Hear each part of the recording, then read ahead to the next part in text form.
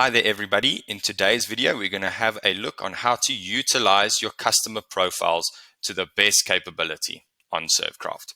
So let's go ahead and select customers on your blue menu on the left hand side. Once the customer list has loaded, we can search for a client,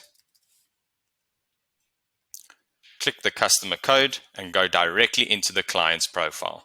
Here we'll be able to see all sorts of information on our client. We can see the company details, the customer name, our different customer status, media types, VAT numbers, and default discount percentages. If I select contacts, I can actually see all the relevant contacts associated to this customer. You are able to have multiple contacts associated to a customer. I can select locations. Here I'm able to see all the different locations associated to the customer that can be selected on various quoting, invoicing, and job cards. I can select jobs. This shows me the entire amount of jobs that I have completed or have booked with this client. So at the moment I've completed 474 jobs for this client, a very good client and a very high recurring client, and this is why we have that nice discount for them. I can see all my quotations that I've sent them.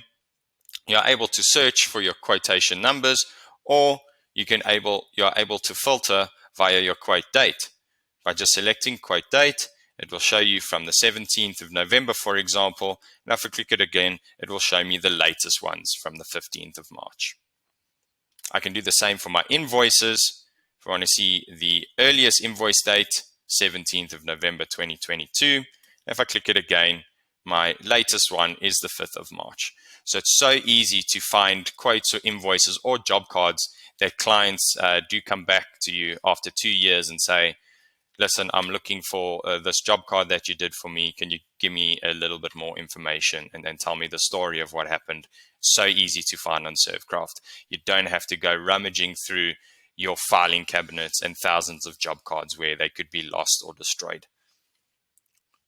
Then we've got our queries, which are the tickets or requests coming from our customers.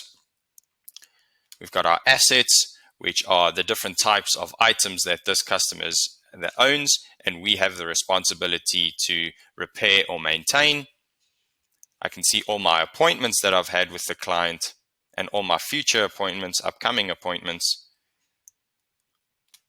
Attachments, if there are certain contracts that we need to attach to the client's profile, we can attach them here. And finally, all our communication that has gone out for our client. Because we have 7,073 communications for this client, it will take a moment to load, but don't fret, it will always load, and here it is.